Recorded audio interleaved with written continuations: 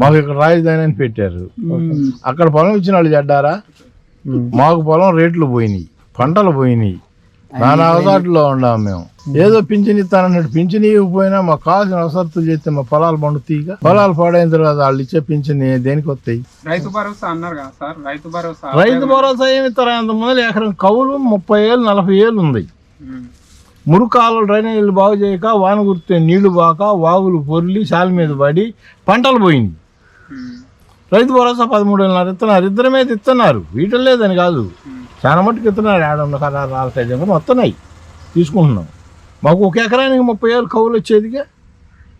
చేసుకోలేనాడికి, చేసుకున్నాడికి వాడు సేకరికి డబ్బులు మిగులుతాయిగా. మిరవదాట్లా వేసుకుంటే వాన కురవకపోతే ఎంత నష్టం. కురిసినప్పుడు ఆ నీళ్ళు సవ్యంగా బయటికి పోకపోతే ఆ పైరు కుళ్ళిపోయి డబల్ నష్టం వచ్చింది. వాన కురవకపోతే పెట్టుబడి పెట్టడం వచ్చే నష్టం ఏదో కొద్దిగా వచ్చింది. అదే పొలం నీళ్లు పాక మురిగిపోయి ఏ పైరైనా ఎండిపోయింది, నీళ్ళు చచ్చిపోయినట్టే కదా. పైరు నీళ్ళు నిలవ ఉంటే అప్పుడు అసలు ఇంక పంట లేకపోతే 13,000 ఇస్తే దేనికి వస్తాయి? అదే మాకు చేలో కాలువలు అది సరిగా ఉండి కరెక్ట్ అయిన పురుగు మందులు, బలం మందులు గవర్నమెంట్ అందియగలిగితే తగిన రేటు తీసుకొని అయినా మా పొలం సస్యశ్యామలంగా పండిద్ది. ఈ కూలోళ్ళు గుంటూరు అని ఆడని ఏడని పని ఉందని లేదని ఎందుకు అనుకోవాలి? భూదేవి పండితే చేను అడిగి డబ్బులే, కూలి అడిగి డబ్బులే, కొనుక్కొని అడిగి డబ్బులే, అందరికీ డబ్బులే. ఆ భూమే పడకుండా పోతే ఇంకెవడికి డబ్బులు వస్తాయి? కరెంటు బిల్లులు పెంచితే అంటే మేము వాడుకునేది ఉక్కపాలు అన్న జగనన్న కాలనీలో నుండి కిడ్స్ కాలేజీ ఎదురు సంవత్సరానికి ఒకనాడు చేసే కోటేకొండ కాడ వెలిగింది దేదీప్యమానంగా కరెంటు.